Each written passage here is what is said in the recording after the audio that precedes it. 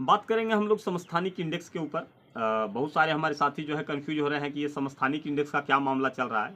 बहुत सारे फेसबुक पर, व्हाट्सएप पर वगैरह पर बोल तो रहे हैं, लेकिन या फ़ोन पर हमसे बात तो कर रहे हैं, लेकिन इसको समझ नहीं पा रहे हैं। देखिए, बात यह है कि जब हम लोग नियोजित थे तो नियोजित के समय में हम लोग का जो वेतन निर्धारण होता था, वो जो चार्ट था, वो जो सरकार ने जो हमको दिया था, उसमें हम लोग सब इंडेक्स 3 की बाध्यता के साथ के बाद आगे बढ़े थे। जब हमारा फिक्सेशन हुआ तो इंडेक्स 3 की एक बाध्यता लगाई गई कि उससे ज़्यादा नहीं। पता नहीं ये किस कारण से लगी थी।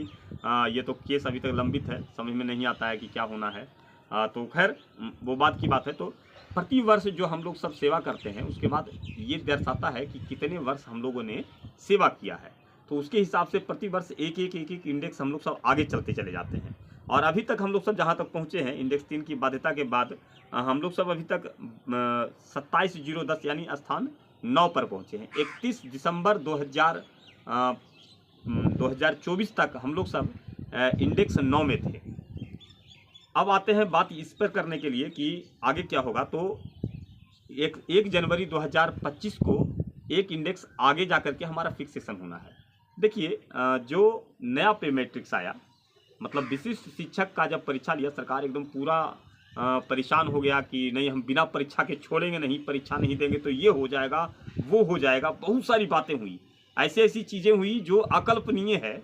इन बातों के बाद जो है एक परीक्षा ली गई, हम लोग परीक्षा पास कर गए। जैसा ऐसा लग रहा था उस समय, तो ऐसा लग रहा था कि जैसे अगर ये परीक्षा नहीं देंगे तो स्वर्ग जाने का टिकट ना मिलेगा हमको। तो हम स्वर्ग जाने का टिकट प्राप्त करने के लिए बेतहाशा दौड़े, और दौड़ करके हम जो है उस टिकट को प्राप्त कर लिए, परीक्षा पास कर गए, तो स्वर्ग पहुंच गए।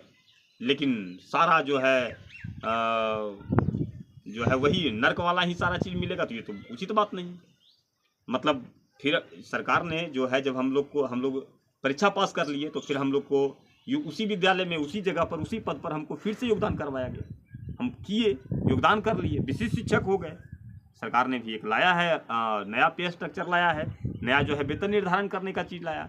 तो उसमें जो है, उसके तहत जो हमारा समस्थानिक इंडेक्स होना चाहिए, उस समस्थानिक इंडेक्स के हिसाब से जो 10 नंबर पर जहां पर हमको होना चाहिए, वो 10 नंबर में हमारा है 32,620 रुपया। ये हमारा मूल वेतन होना चाहिए। ऐसा मैं इसलिए कह रहा हूं कि अगर ऐसा नहीं देती है सरकार, हमको फिर से वही 4-5 इंडेक्स पीछे कर देती है कि नहीं, आपको जब 27,010 मिल रहा था तो बहुत 27,020 रुपया मिलेगा, 10 रुपया आपको बढ़ा देंगे, तो फिर इतना बड़ा परीक्षा का क्या औचित्य था, काहे को ले